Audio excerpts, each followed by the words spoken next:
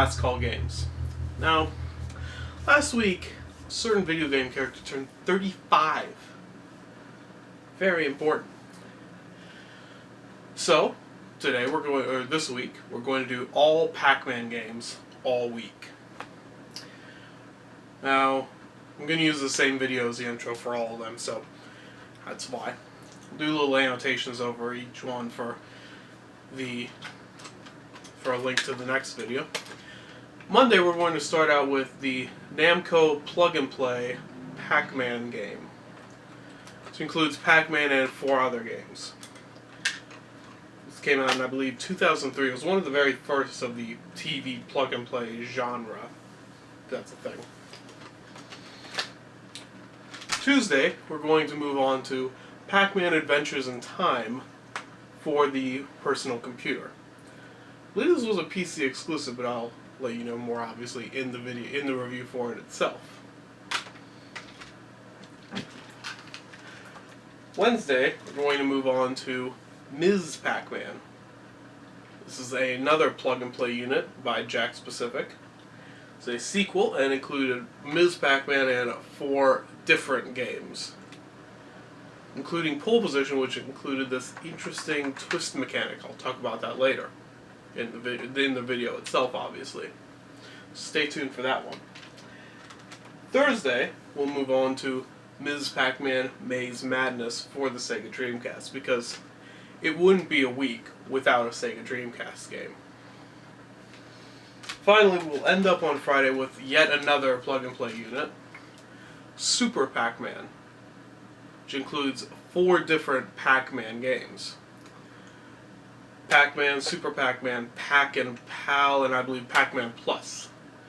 Including also has this little joystick that's shaped like Pac-Man. Not sure how well that shows up. It'll show up better in the video itself, in the review. So, stay tuned, and now we're going to start on to the actual review itself. Now, this has been a pain in the butt to review. The first time that I reviewed this, I only recorded footage for 4 games and not Dig Dug for some reason. This includes Pac-Man, Dig Dug, Rally X, Galaxian, and Bosconian, which I'll talk about more obviously when we do the captured footage. But then I was like, okay, well, I deleted it. I tried to do capture footage again, and this is what happened. Yeah, that's not supposed to happen. So eventually I finally got it to work. So let's take a look at the footage I so laboriously captured and take a look at some footage, some final thoughts. I will tell you this much, the joystick is not as good as some of the other units. The Namco plug-and-play unit includes 5 games. Pac-Man, Galaxian, not Galaga, Rally X, Dig Dug, and Bosconian. Now, 3 of those games are very, very well known. I mean, Galaxian, Pac-Man, and Dig Dug are pretty much staples of most any arcade you'll find. Rally X and Bosconian I've actually never seen units of, but still, they're all pretty well-known games, I would think. Pac-Man is the basic, generic Pac-Man you've all known. But here you'll find one of the worst things about this unit. The audio emulation is terrible. It's just bad. The game plays well enough. Unfortunately, the joystick can be a little sluggish at times. It's not as good as other arcade units we'll cover this week, but it works well enough. And Dig Dug and Galaxian are roughly the same. The audio is a little off. The controls are okay at best.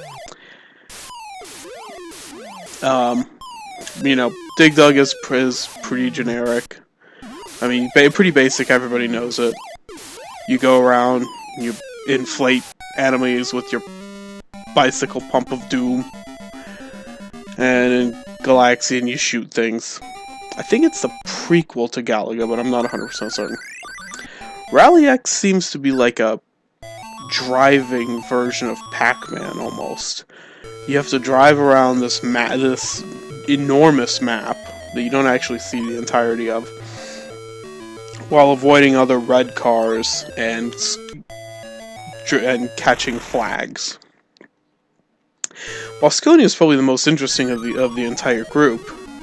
It's a free-roaming spaceship shooter where the goal of the game is to destroy little bases throughout the level. And then it keeps on going and going on ad infinitum. Now, all of these games are available on numerous Pac-Man or Namco collections. Pac-Man is available pretty much everywhere nowadays. So, should you get this plug-and-play unit? I would say probably not. The audio emulation is still pretty poor. It only has mono sound, which is a bummer. And nowadays you can get like a Namco museum or Namco collection or whatever for a little bit more money, but it'll have 5 or 6 times as many games. So I mean, unless you're a big fan, I would definitely hold off on this one, just because it's nothing really fantastic that you'll see. Now, make sure to join us next week, or not even next week, tomorrow. We're reviewing another Pac-Man game, an actual just Pac-Man alone game, Adventures in Time. Remember to support the Beardathon down below, and we'll see you next time on Last Call Games. I would read the manual for you, but for some reason the copy I got didn't actually have a manual. It just had the front cover ripped off. I thought it had a manual, but it didn't. Probably for the best, because the manual was probably going to be terrible too.